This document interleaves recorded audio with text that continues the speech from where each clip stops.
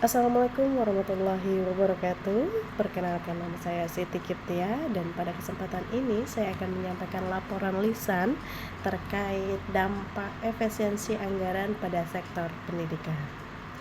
Efisiensi anggaran adalah langkah penghematan atau penyesuaian anggaran dengan tujuan meningkatkan efektivitas dan menekan pemborosan.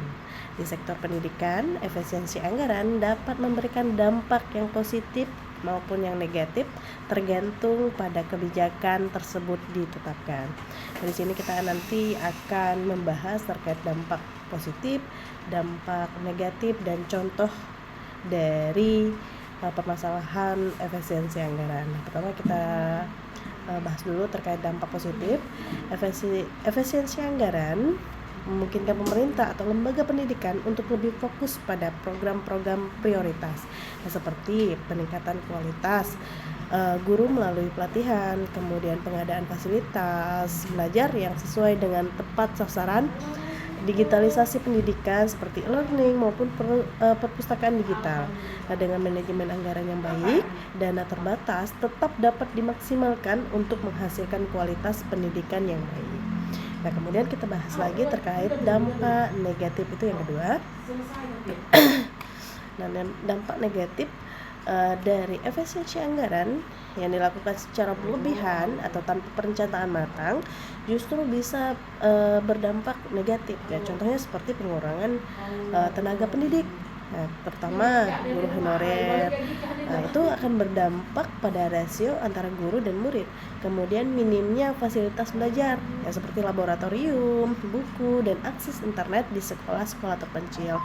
Kemudian terbatasnya beasiswa atau bantuan pendidikan bagi siswa dari keluarga yang kurang mampu. Nah, ini adalah dampak negatif yang dihasilkan dari efisiensi anggaran di bidang pendidikan ya. Kemudian kita akan bahas lagi terkait contoh kasus ya. Contoh kasus sebagai contoh itu dalam masa pandemi COVID-19 banyak pemerintah daerah yang harus melakukan efisiensi anggaran dan mengalihkan dana untuk sektor kesehatan.